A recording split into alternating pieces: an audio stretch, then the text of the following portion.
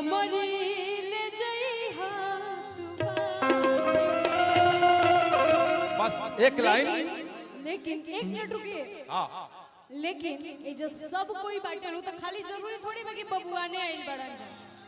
मैं कोई जाति पता नहीं करती हूँ, मैं गाती भी नहीं हूँ, वो तो गा देनी है सही। जो सुधीर भैया कैसे बोला तनी पानी तो दिखाई का है वो सही।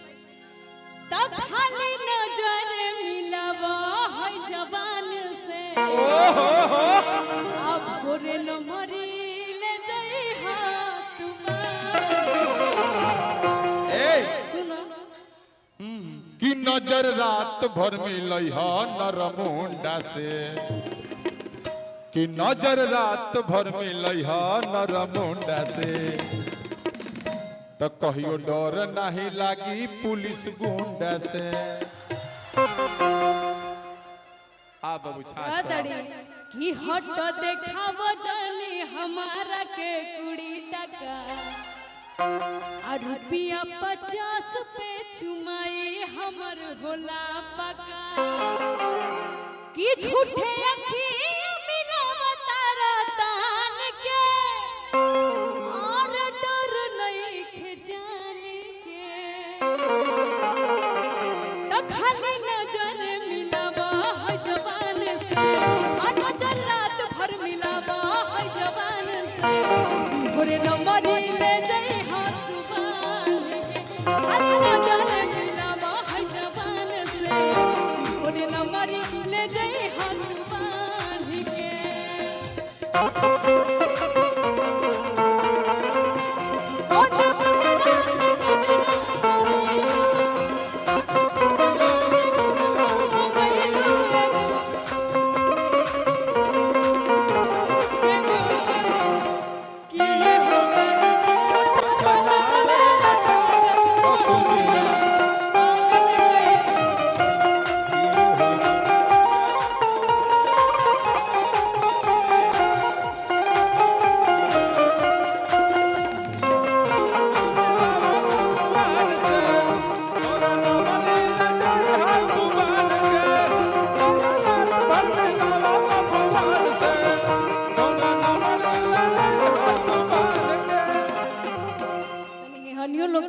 मन भाई हनियो लोग के देख के डांस करा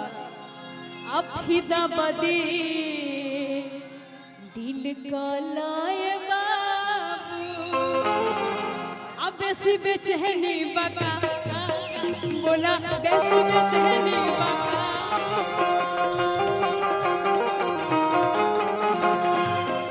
देखा लोगे अभी 1 मिनट रुक जाइए। मैं आप लोगों की फीलिंग समझ सकती हूँ क्योंकि एहजावत नहीं तो हमरो नहीं खे सुना तो वो सबके कैसे सुनात हुई आ नहीं खे बुझा मन भइल बेकाबू आ कहाँ बसर गम के साथ बोला कहाँ बसर गम के साथ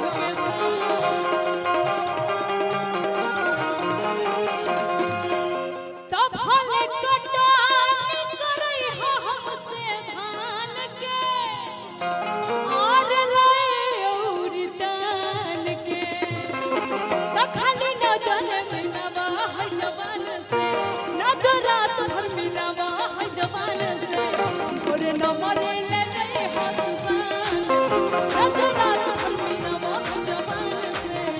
गोरे न मरीले जइहा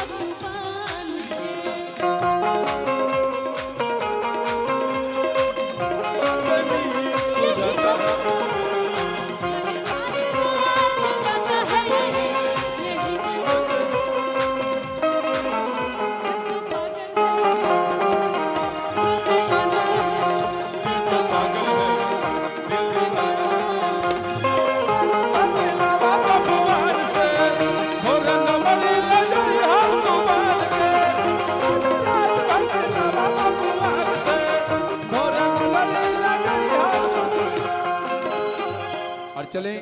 बहुत बहुत पुरस्कार किंग चंदन शाह गंगाजल।